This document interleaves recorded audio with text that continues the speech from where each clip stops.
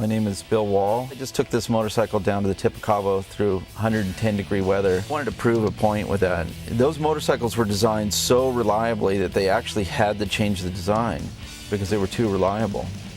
You know, they just ran too well.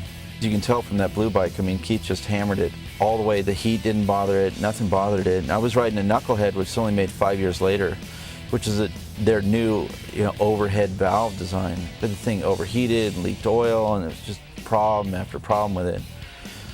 Now, the Knucklehead was a restoration I wasn't in charge of, so I never had a chance to work all the kinks out. Like the blue bike, I ride all the time, at least once a week.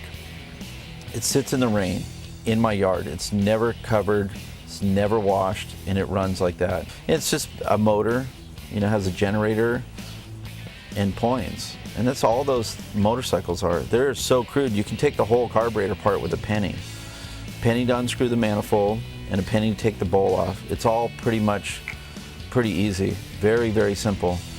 So a little dirt or a little adjustment in the points is just a screwdriver, So I'm familiar with that. The inspiring part is just like to prove a point. I mean, that ride is the kind of ride that separates the men from the boys, And you can tell what it takes to ride through the desert, by looking at my clothing after that. You could tell that I was not only the rider, but I was the mechanic.